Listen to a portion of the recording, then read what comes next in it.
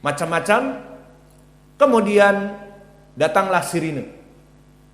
Karena kita dulu di Pindad, Perindustrian Angkatan Darat di Bandung, maka sama Pindad dibuat sirine.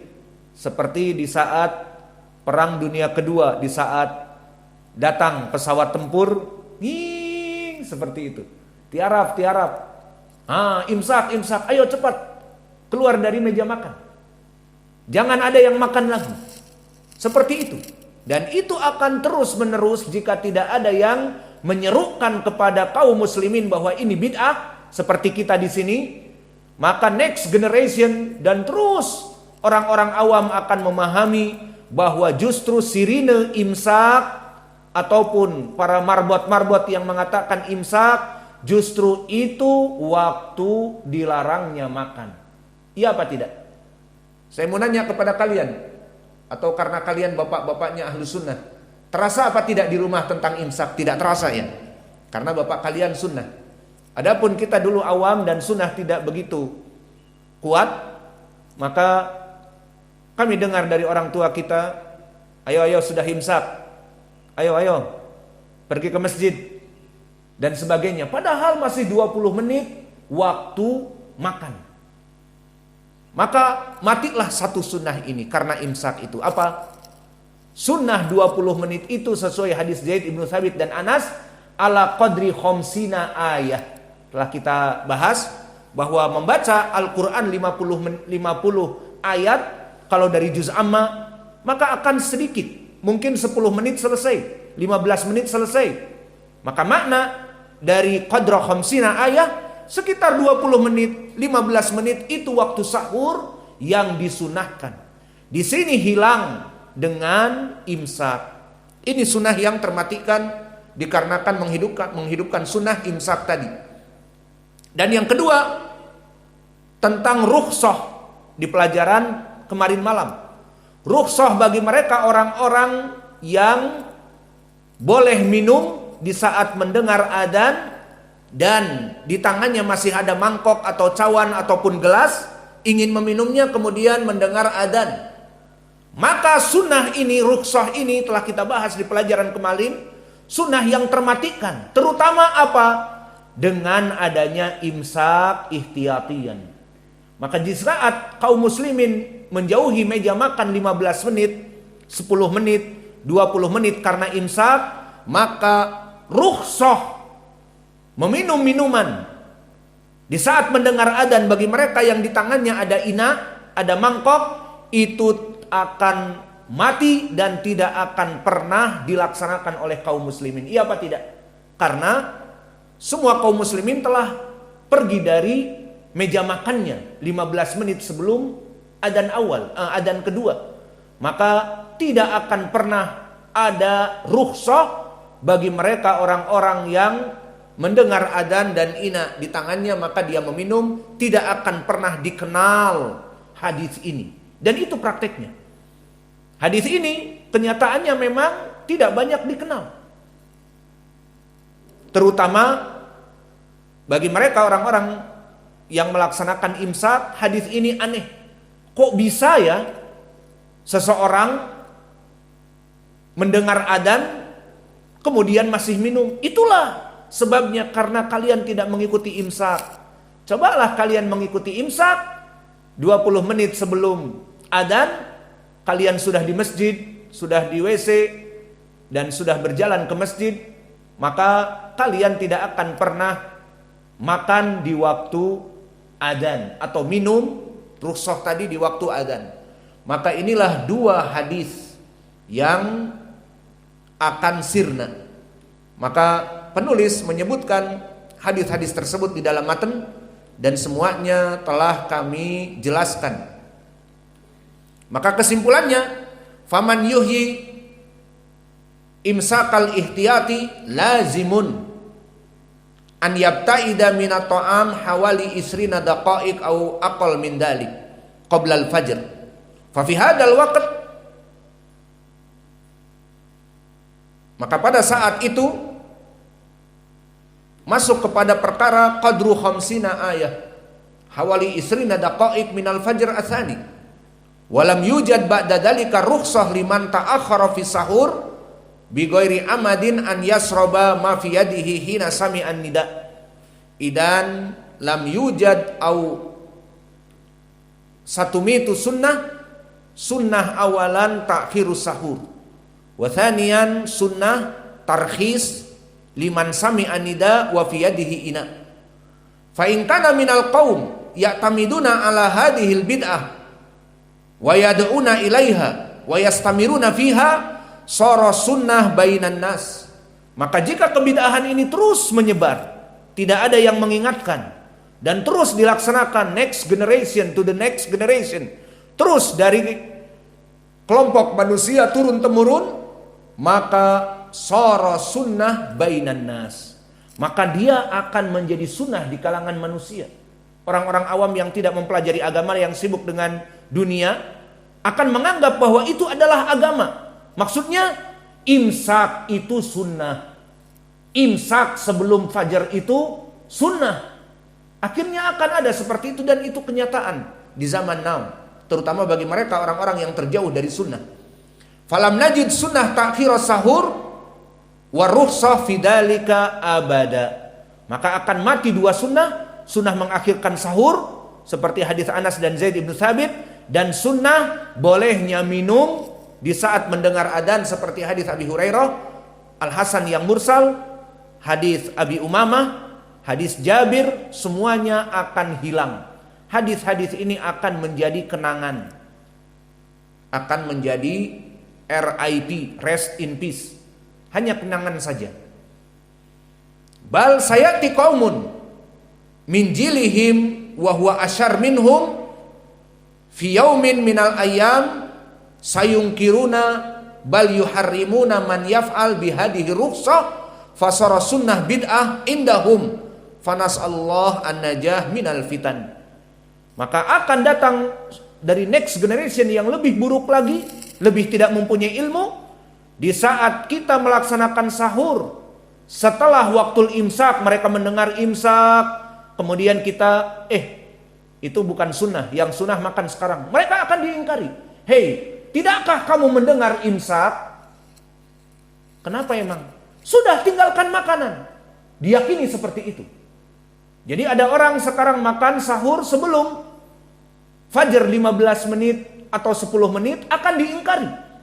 Misalnya sudah tersebarnya kebid'ahan ini dan merata, dan tidak ada yang menjelaskan dari kebid'ahan ini. Akhirnya ada mungkin suatu keluarga yang anaknya misalnya sunnah, dia makan sahur di akhir. Hei, kenapa kau masih makan? Bukankah kamu tidak mendengar imsak? Diyakini oleh bapaknya bahwa itu adalah pembatas dari waktu sahur, ataupun sudah keluar dari waktu sahur. Dan itu terjadi. Apalagi yang bapak ini melihat anaknya yang sunnah, yang mana dia mendengar adzan kemudian masih minum. Wah, batal jelas puasanya. Karena imsak sudah dilewati, adzan masih minum. Melaksanakan hadis rukhsah bagi mereka orang-orang yang mendengar adzan dan di tangannya masih ada mangkok ataupun cawan ataupun gelas. Maka bagi mereka orang-orang awam, wah ini udah jelas batal puasa. Sudah adzan kok masih minum. Tadi imsak saja sudah melanggar, disebutkan imsak masih makan, ini adzan masih minum. Maka itulah pandangan manusia dikarenakan kebid'ahan. Dan Hasan Ibnu Atiyah telah menyebutkan tadi. Lalu siapa Hasan Ibnu Atiyah? Hasan Ibnu Atiyah dia Abu Bakar Al-Muharibi, dan dia guru dan dia murid dari Abi Umamah Al-Bahili dan Sa'id Ibnu Musayyib. Maka dia seorang tabi'i, murid dari Abi Umamah dan tabi'i kabir Ibnu Musayyib. Dan dari murid-muridnya Al-Auza'i dan Abu Ghassan Muhammad Ibnu Mutarrif. Maka dikatakan oleh Imam Az-Zahabi, Hasan Ibnu Atiyah min thiqati tabi'in wa masyahirihim.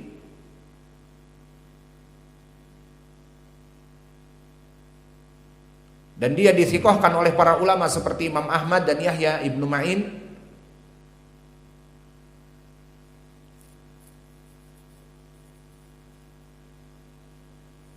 Maka inilah keadaan tentang permasalahan imsak al-ihtiyati, bahwa dia adalah bid'ah dan kita wajib memeranginya, dan kita menjelaskan kepada umat, karena kalau tidak ada jenis seperti ahli sunnah yang mengingatkan manusia dari perkara ini, kelak bid'ah ini akan merata dan bahkan sunnah dianggap bid'ah. Maka orang yang makan sahur setelah imsak akan diingkari. Kif kalian makan setelah disebutkan oleh marbot imsak masih makan? Dan lebih kaget lagi di saat menghidupkan hadis yang merupakan rukhsah, di saat memegang ina kemudian mendengar adzan dia meminum, ini dosa besar karena telah batal puasanya. Sengaja berbuka masih di awal fajr berbuka. Maka perkara ini perkara yang sangat memprihatinkan. Dan kalau kita berikan contoh yang lain selain masalah imsak, nyata ucapan Hasan Ibnu Atiyah ini. Apa contohnya? Yang paling jelas tentang permasalahan 2 rakaat sebelum maghrib. Kita sadari di mana-mana, terutama maaf di Sumatera ini. Kalau di Jawa kayak kemarin kita di Tasik, alhamdulillah di Jawa itu meskipun masjid-masjid kecil musola, setelah adzan tidak langsung dikumandangkan iqamati shalah. Dan kami tahu itu. Dan dulu juga kita hidup di Bandung, di kelompok Persis dan sebagainya pun tidak ada. Namun kita di sini orang-orang awam, bahkan masjid yang besar yang dibangun sekarang, kita pernah sholat maghrib, adzan, masya Allah, baik sekali suaranya. Setelah itu kita ingin melaksanakan sunnah, langsung iqamati shalah. Mana sunnah sebelum maghrib? Tidak ada. Karena apa? Karena telah turun-temurun para muadzinin melaksanakan kebid'ahan ini. Apa itu? Setelah adzan maghrib langsung iqamati shalah. Sehingga orang-orang yang ingin melaksanakan sunnah dimatikan. Dan akhirnya persepsi bagi mereka para marbot dan orang-orang awam di zaman now di masjid-masjid, bahwa sholat sunnah 2 rakaat sebelum maghrib itu tidak ada. Dan bahkan bid'ah. Lalu bagaimana dengan hadis di Sahih Al-Bukhari dari Abdullah ibn Zaid? Disebutkan, Sallu rak'atain qoblal maghrib 3 kali. Sallu rak'atain qoblal maghrib. Sallu rak'atain qoblal maghrib. Sallu rak'atain qoblal maghrib. Salat 2 rakaat sebelum maghrib. Di ujungnya Nabi mengatakan liman sya'a, bagi mereka yang ingin. Hadhihi sunnah. Al-an hadhihi sunnah la yu'raf wa la yu'mal. Sunnah ini tidak diketahui oleh awam di masjid-masjid dan tidak mau diamalkan. Maka sering kita di saat hari Ahad misalnya kita maghrib di masjid awam, maka kita ingin sholat sunnah, langsung dipotong oleh muadzin dengan iqamati shalah. Di mana-mana, di masjid-masjid. Bukan hanya satu masjid. Dan bahkan masjid yang besar, yang sekarang Masjid Agung pun seperti itu nasibnya. Karena memang diberikan kepada kelompok-kelompok yang tidak menghidupkan sunnah. Akhirnya di mana-mana seperti itu. Ini contoh bagi kita. Di mana di saat bid'ah dihidupkan, sunnah akan dimatikan. Dihidupkan bid'ah apa? Bid'ah tidak ada sholat 2 rakaat sebelum maghrib. Itu bid'ahnya. Langsung setelah adzan iqamati shalah. Dan begitu pun melawan hadis yang bersifat umum. Dari Abi Sa'id Al-Khudri apa? Rak'atain kulla ma baina al-adanain. Ya apa tidak? 2 rakaat setiap setelah ataupun antara 2 adzan. Maka ini dinamakan dengan salat nafilah yang mutlaqah. Setiap 2 adzan, maknanya adzan dan iqamah ada 2 rakaat. Ini pun mereka langgar. Dan begitu pun hadis yang disahihkan oleh Imam Al-Bukhari dari Anas bin Malik, kanu sahabah ba'da salati al-maghrib yusalluna fi sawaril masjid.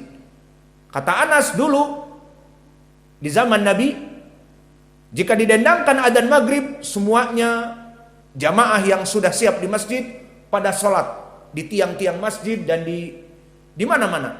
Sampai berkata Anas, maka jika datang seseorang tamu di luar Madinah dan masuk sekarang kepada masjid Nabi, akan mengatakan bahwa sholat maghrib telah selesai. Dipikirnya selesai maghrib, mereka pada bangun sholat 2 rakaat sebelum maghrib. Kenapa? Karena kaum muslimin melaksanakan 2 rakaat sebelum maghrib. Maka 2 rakaat sebelum maghrib sunnah yang termatikan, terutama di Sumatera ini. Kenapa? Karena itulah menyebarnya terus para marbot, setiap adzan maghrib langsung iqamati sholat, adzan maghrib langsung iqamati sholat. Akhirnya dijadikanlah pemahaman oleh orang-orang awam, oh berarti nggak ada sholat 2 rakaat sebelum maghrib itu. Dan inilah kenyataan yang ada dan pahit. Maka kita sebagai ahli sunnah yang menotabenekan manhaj kamu apa? Aswaja, ahlu sunnah wal jamaah. Hidupkan sunnah, bukan aswaja